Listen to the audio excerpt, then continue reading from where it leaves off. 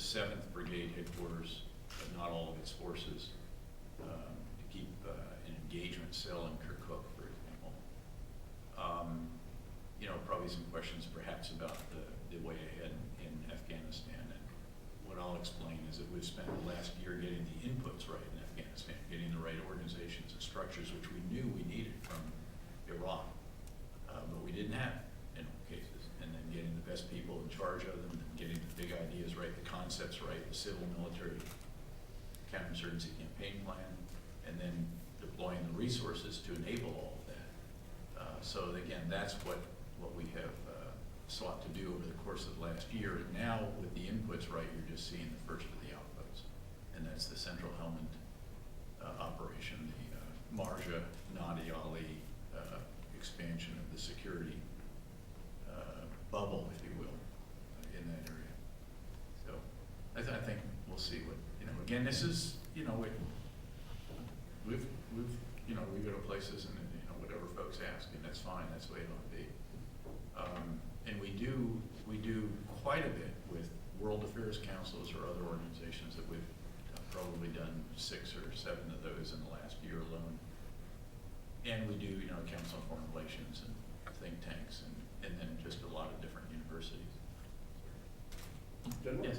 I'm sorry. Yeah. Okay, go ahead.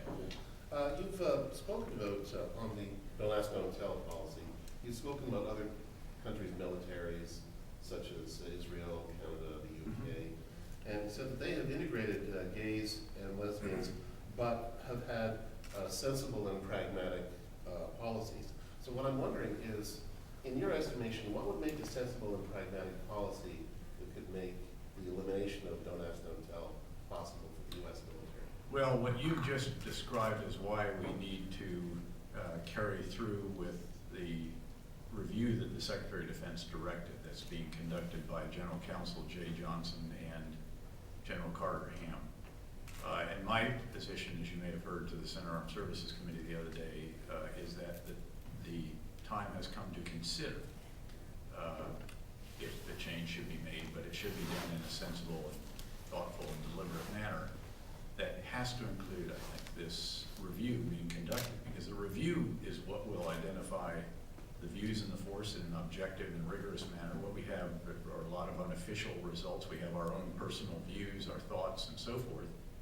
But we need to have something that is, again, more granular and again, objective than that. We need to have, it will identify where policies are needed and make recommendations on those policies, and it will attempt to determine what the effect would be on recruiting, retention, morale, cohesion, and so forth. I think you did make clear that the process is needed, but you also did say that you had, you know, looked at some of the practices that do exist in other militaries and described them as sane, sensible, and pragmatic. So without jumping to a final conclusion, I was just wondering what the characteristics of those other countries' policies were that you saw as promising. Well, I mean, I think the most important, and I highlighted that, the single most important in all of these other cases appears to be uniform standards for all. And that seems to be the distinct, but again, that's what the review will also look in a more in-depth manner than, you know, than the references that we've been able to look at. And it will then identify, I think, if there's a change to be made, what those sensible, pragmatic, and thoughtful policies should be. Do you think the American public is more accepting or willing to be accepting now than it was back in '93? Well, General Colin Powell thinks so, and he was the chairman of the Joint Chiefs at the time that he was an architect, I think, or certainly contributed to its bill. I was a few levels down below him. But I mean, that's what he has said, and you know, I think that is actually, I think that's something that is indisputable. I think there's plenty of polling to show that actually views have changed over time in the United States. But the question is, let's determine the views in the force to make sure that before something is done again, that, as I say, that it's had the kind of sensible and deliberate passes that particular test. So, yeah.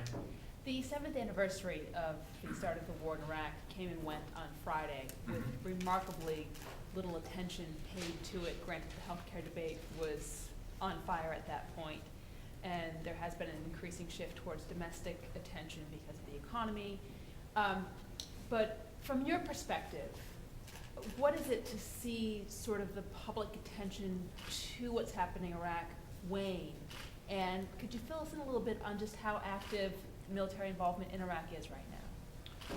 Well, first of all, again, we actually did, we noted that, we observed it, in fact, there was a degree of attention given to that. Needless to say, we're all keenly aware of that. I was there as a division commander at that time as we launched that effort. And so there was an awful lot of thinking back to where we were at the time and all those experiences that many of us went through. I spent just about 4 years in Iraq over the years in 3 different positions and also on an assessment. And obviously there's a degree of quiet pride, I think, in what our troopers and our Iraqi partners and our coalition partners were able to achieve there, particularly in that 2007-2008 timeframe, to establish the kind of foundation of security. Not saying at all that there's not still violence in Iraq. I'll show the statistics this evening when I'm giving my First Amendment right back again to use PowerPoint. But the fact is, there were, as we've dumped Iraqi data into our database, there were over 220 attacks at the height of the violence in June of 2007. And it is now down to under 20 routinely, typically probably an average of about 15 attacks per day. Some of those occasionally still horrific. Obviously still want to reduce it further, but the fact is that it has been at a level that has allowed Iraq to rebuild, to repair the damage to its infrastructure, to conduct an election, to defy al-Qaeda's attempts to disrupt that, and to have actually quite an impressive turnout. I think it was 62% or so, which was really quite good. So all of this has been ongoing, but very much still certainly a work in progress. There's nobody who's even moved the champagne bottle from the back of the refrigerator yet, I can assure you. And you'll recall Ambassador Crocker and I have always cautioned that progress in Iraq, though substantial, is fragile, it is reversible. Now arguably less so, certainly. And someone who was a careful reader of that 56-page statement that we submitted, we actually did note that the progress was, again, less reversible than it was, say, when we first offered that assessment. But again, we're not doing this because the American people are riveted on it. We're doing it because this is our mission. This is what we do. We will, in fact, today I'm going to thank a group of individuals, the Peas greeters. There are, the support for our men and women has been extraordinary.